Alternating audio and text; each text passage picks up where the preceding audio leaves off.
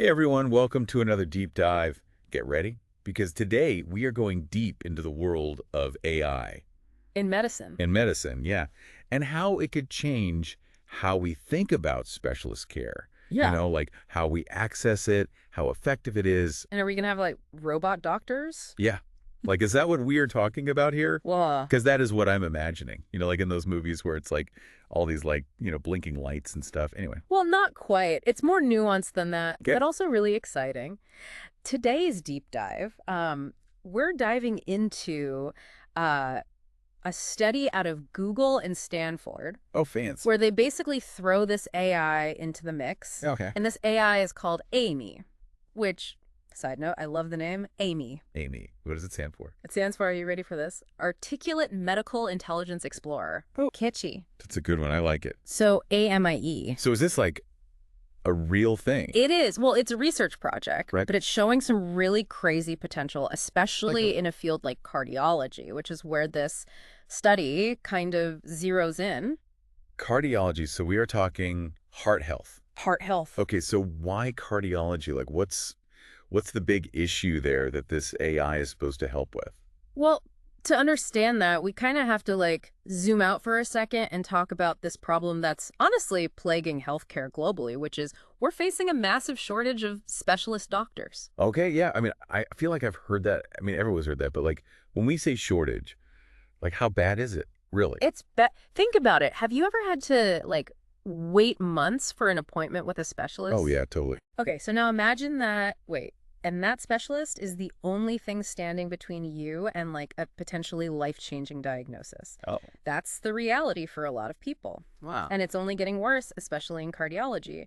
And this study, they really focused on a group of conditions called inherited cardiomyopathies. Inherited cardiomyopathies. Okay, first of all, how do you even say that? Cardiomyopathies, it's a mouthful. Cardiomyopathies. Okay, and what are they? So basically, they affect the heart muscle itself. Oh. Okay. And often, like, the symptoms can be really subtle, easy to miss. Oh no. Until things get really serious. So you need someone who knows what they're looking for to catch it early.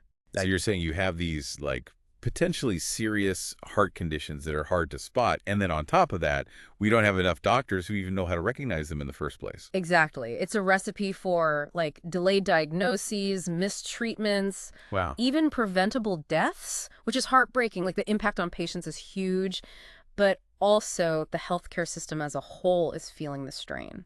That's pretty scary. I mean, I bet a lot of people listening right now can relate to that feeling of just waiting and waiting for an appointment and wondering what's going on. So is the idea here that like AME, this AI, is going to like step in and replace these cardiologists that we desperately need? Not replace, but think of it more like a bridge. A bridge. Yeah, like a bridge to specialist knowledge. Imagine a world where a tool like AMIE could help doctors, especially in areas where they might not have a cardiologist, readily available. Right. Make better decisions for their patients faster. That's the kind of potential we're talking about. Okay, so not robot doctors. Not yet. Not yet. Okay. A bridge. Okay. I Yeah. like that. But how do they even like test that? How do you test if an AI can actually hang with like real doctors in the real world? Right. So they really went all out with this study. Like, they took 204 real patient cases. Wow. 204. That's a lot. It's a lot of data. And we were talking like the whole shebang. EKGs, echocardiograms, genetic tests, everything. And they gave all of this data to AME and a bunch of general cardiologists. Oh, it was like a head-to-head. Yeah, like a showdown, AI versus humans.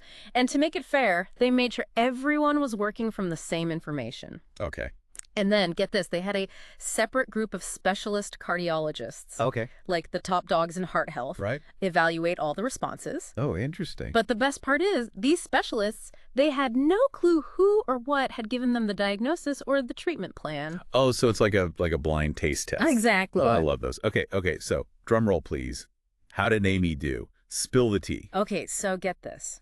ANI basically held its own. Like, it performed as well as or even better than the general cardiologists. No way. Yes, in several of these key areas that they were looking at. Like what? What kind of area? So remember how we talked about those 10 like domains of cardiology expertise, like making the right diagnosis, knowing when to refer to a specialist, explaining complex medical stuff to patients? Right. AMI was scoring high consistently, especially when it came to like the more technical aspects of these cases. Wow.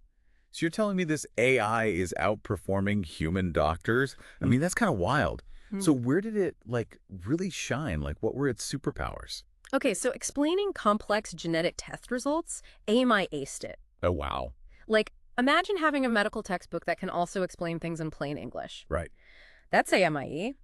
And then, when it came to suggesting additional tests, like figuring out if someone needed a specific heart scan or just a regular checkup, AMIE was spot on. Oh, interesting. So it sounds like it's, like, really It's thorough. thorough. Like, it doesn't want to miss anything. And that's actually a key finding from the study.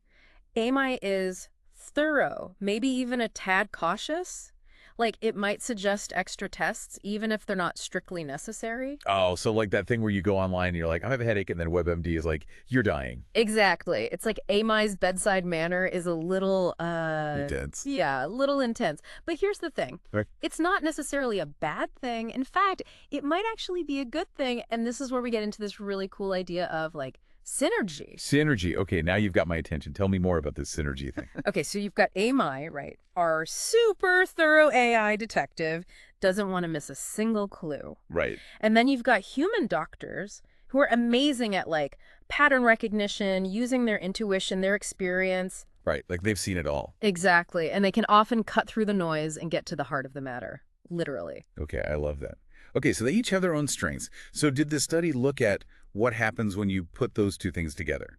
Like AME and the human doctors teaming up. They did. And guess what? They did. And guess what? When doctors had access to AME's analysis, their responses improved in like 63.7% of cases. Whoa, seriously? That's Yeah. that's huge. That's not just a little bit better, it's like way better. Exactly. And that's where this idea of AI, like democratizing specialist knowledge, gets really exciting. Okay, so I'm curious though. You said earlier that sometimes AMI can be like a little too gung-ho with ordering tests. So like, were there any downsides that they found? Like, were there ever times when AMI's analysis wasn't that helpful? Yeah, so there were some interesting kind of differences in how Amy thinks compared to a human doctor. Okay. So remember how we talked about Amy being super thorough, Yeah. maybe suggesting some extra tests just to be safe? Right? Well, in a few cases, the specialist cardiologists, they felt like, those extra tests probably not necessary, Yeah. and could even end up